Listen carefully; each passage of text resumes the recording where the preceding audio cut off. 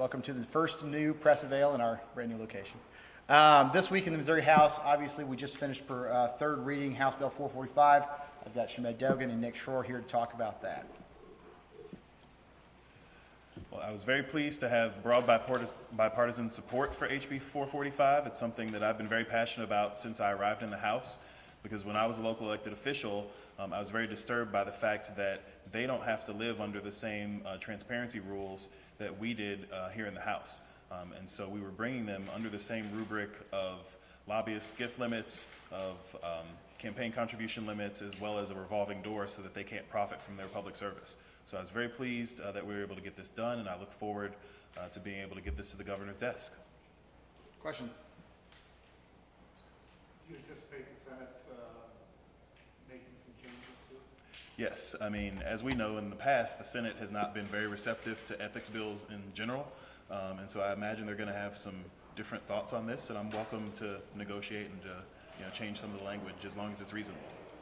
But I do want to make sure that we protect our constituents' privacy, and I think there was some bipartisan support for that idea. It's just that the devil's going to be in the language. There's also, it looks like some bipartisan opposition to this idea too, based on the numbers of Republicans that voted no. How controversial was this within caucus?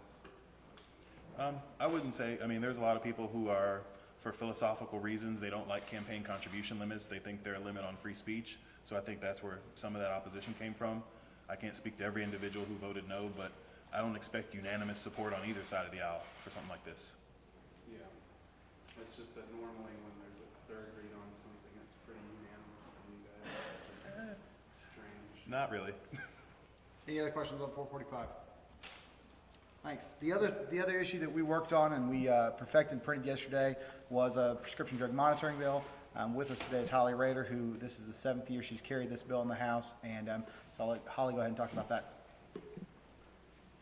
Thank you, Mr. Speaker. It was, of course, as you guys witnessed, a tremendous day of debate, and with the Speaker's help and the floor leader's help, it was, I think it was kept very, very even and very respectful across the board.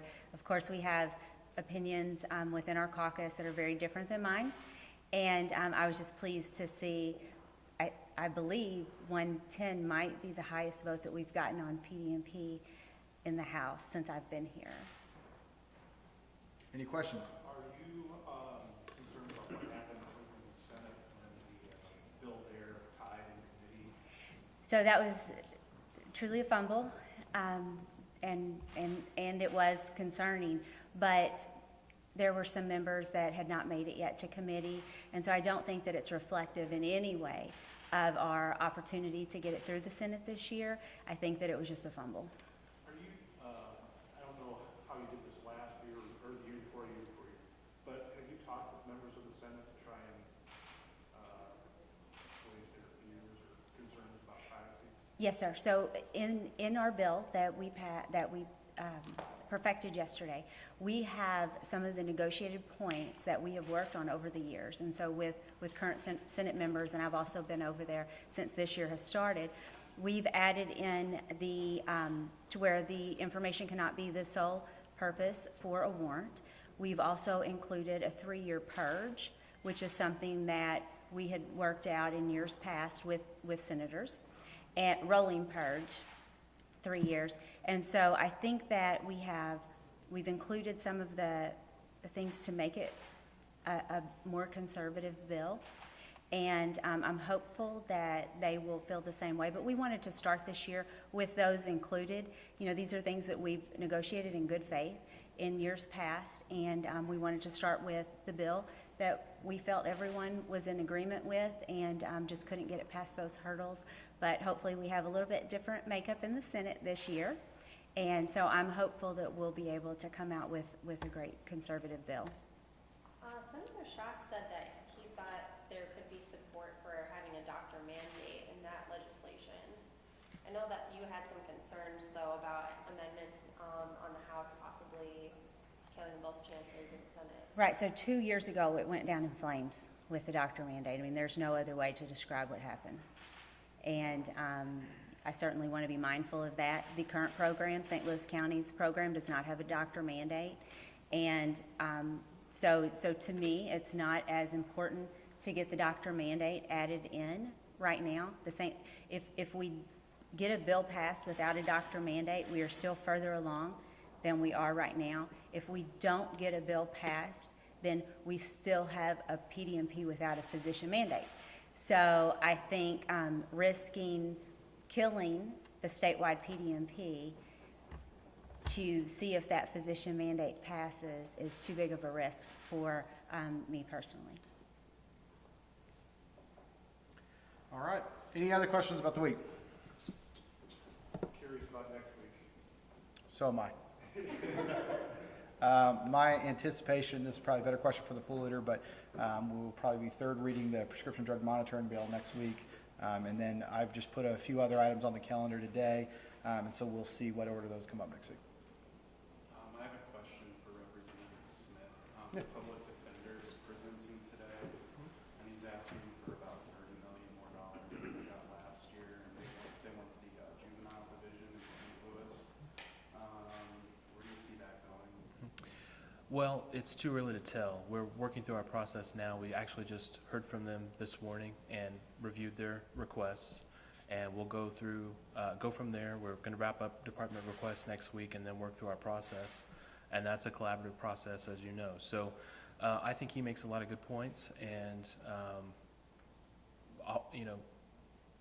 has some valid concerns, and so we're taking a very close look at that, like we're taking a very close look at a lot of things, and we'll know more in the coming weeks about where we land on that. Do you agree that they do need more resources in order to kind of address this body's and like the state's concerns about criminal justice reform?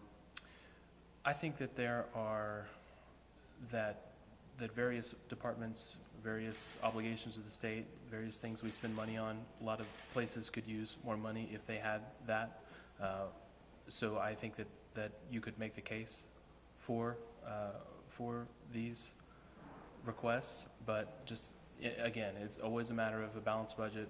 You know, where are you taking money from if you spend more on a particular issue? So, like I said, we're working through our process, and we'll know more in coming weeks. Yeah, I think the 2014 tax cut's going to cost about $320 million. Would you wish you had that $320 million to play around with? Well, I don't know where you get that information, but I don't consider the budgeting process of playing around with. I'll answer your question. I don't consider the appropriations process of playing around with any amount of money. Would you like that $320 million?